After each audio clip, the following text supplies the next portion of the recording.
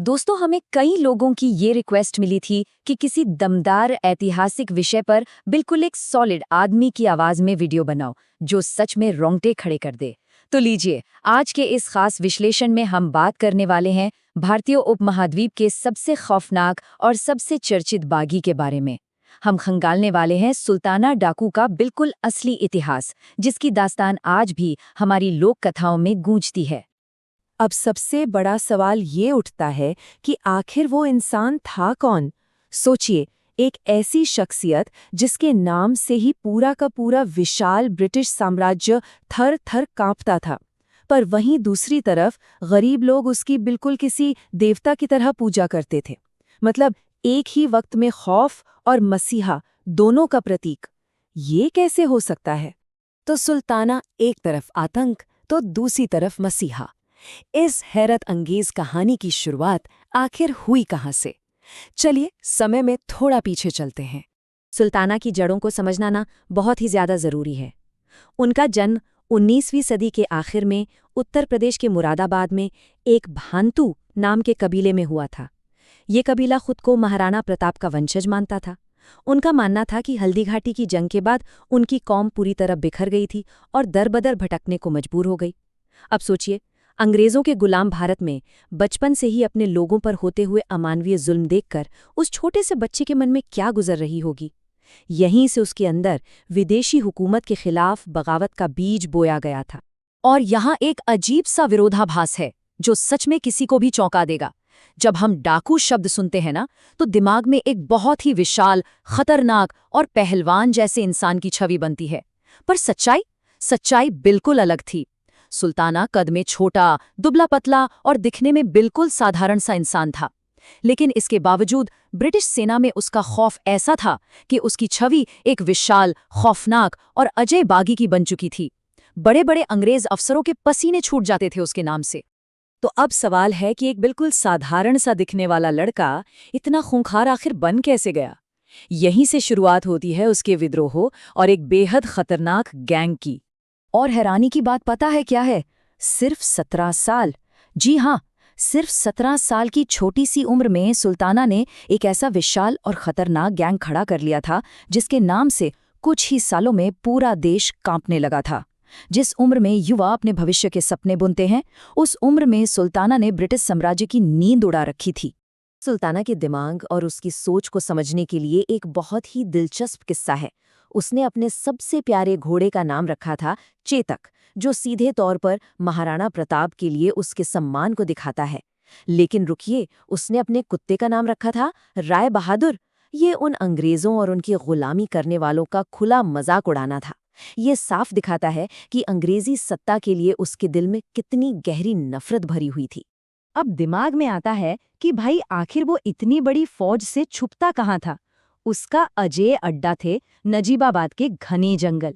और ये ऐसे वैसे जंगल नहीं थे। ये इतने घने और रहस्यमयी थे कि दिन के उजाले में भी वहां सूरज की रोशनी जमीन तक नहीं पहुंच पाती थी। बिल्कुल घुप अंधेरा। इसी भौगोलिक फायदे की वजह से उसे उसके अड्डे पर पकड़ना अंग्रेजी हुकूमत के लिए लगभग नामुमकिन हो चुका था। और अगर मान लीजिए कोई दुश्मन गलती से उसके करीब पहुंच भी गया, तो सुल्ताना के पास एक ऐसी गुप्त कला थी जो दुश्मनों के होश उड़ा देती थी। वो हमेशा अपने मुंह के अंदर एक तेज धार वाला ब्लेड छुपा कर रखता था। सही मौका मिलते ही अचानक मुंह से ब्लेड निकाला और सीधा हमला। एक ऐसा जानलेवा और अचूक हमला जिसकी दुश्मन कभी सपने में भी कल्पना नहीं कर सकता था। अब आते हैं सुल्ताना की लूट के अनोखे तरीकों पर, क्योंकि याद रखिए, सुल्ताना कोई आम सड़क छाप लुटेरा नहीं था। उसके काम करने का तरीका एकदम अलग था। वो अपने लूटे हुए खजाने का आधे से ज्यादा हिस्सा खुशी खुशी गरीबों में बांट देता था। कभी किसी छोटे दुकानदार से अपनी जरूरत का सामान लेता तो उसे उसकी 2 गुनी कीमत चुकाता था ताकि उनका नुकसान ना हो। और सबसे बड़ी बात, उसके निशाने पर कभी गरीब नहीं होते थे। वो चुन चुनकर सिर्फ अमीर जमींदारों और अंग्रेजों के वफादारों पर ही निशाना साधा था। बस यही वजह थी कि स्थानीय जनता उसे अपना रक्षक और मसीहा मानती थी। सुल्ताना का दुस्साहस किस स्तर का था, जरा इस बात से अंदाजा लगाइए। डकैती डालने से पहले वो अपने शिकार को एक खुली चुनौती देता था। वो कहता था, मैं तुम्हारे घर आ रहा हूं, मैं ये सामान लूंगा और इस दिन आऊंगा। सोचिए जरा, जिसके पीछे पूरी अंग्रेजी फौज हाथ धोकर पड़ी हो, वो दिन और तारीख बताकर डकैती कर रहा था। ये उसका गजब का आत्मविश्वास और अंग्रेजों के मुंह पर एक करारा तमाचा था। पर सवाल ये है कि इतने बड़े दांव खेलने के बाद भी वो बार बार आसानी से बच कैसे निकलता था। असल में सुल्ताना जासूसी का उस्ताद था। उसका खुफिया नेटवर्क इतना विशाल और मजबूत था कि स्थानीय पुलिस स्टेशनों के अंदर तक उसके अपने जासूस बैठे थे, और आसपास के गांव वाले तो उसके साथ थे ही।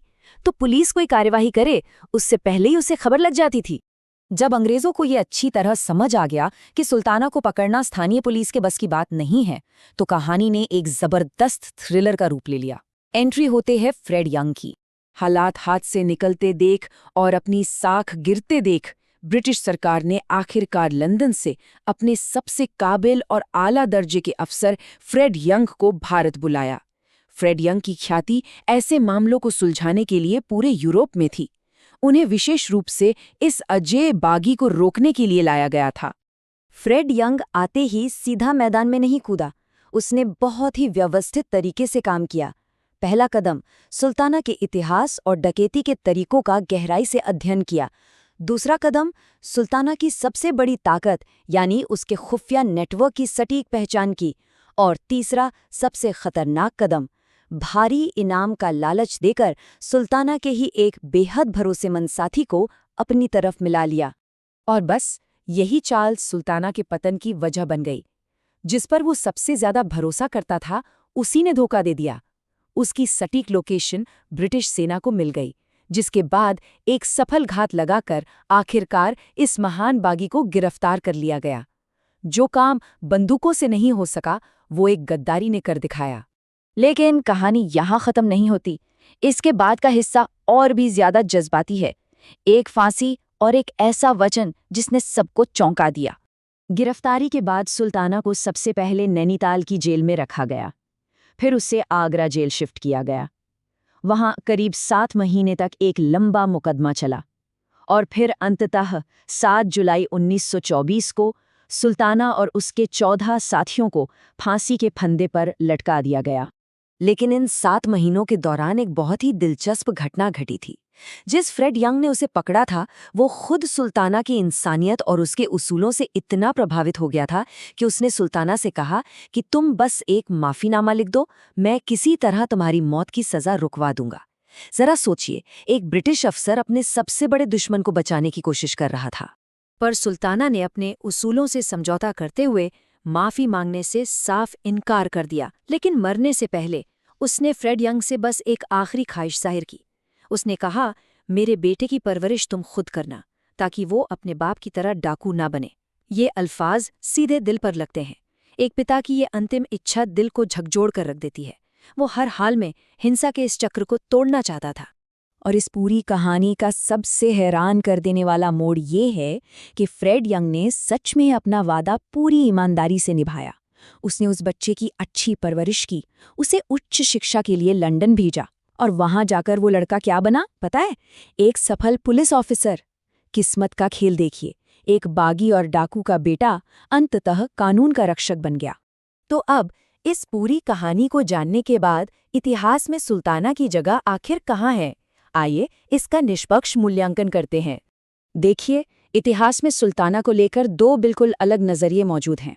अंग्रेजों की किताबों में वो एक बेहद खतरनाक और क्रूर अपराधी था जिसने साम्राज्य की नाक में दम कर रखा था।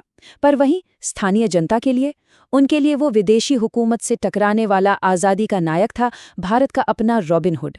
अब इतिहास अक्सर इस बात पर निर्भर करता है कि कहानी किसके नजरिए से बताई जा रही है। तो इस विश्लेषण के बाद सुल्ताना डाकू को किस रूप में याद रखा जाना चाहिए? एक खूंखार अपराधी या अपनी जनता का मसीहा? इसी विचारोत्तेजक सवाल के साथ हम आज का ये विश्लेषण यहीं समाप्त करते हैं।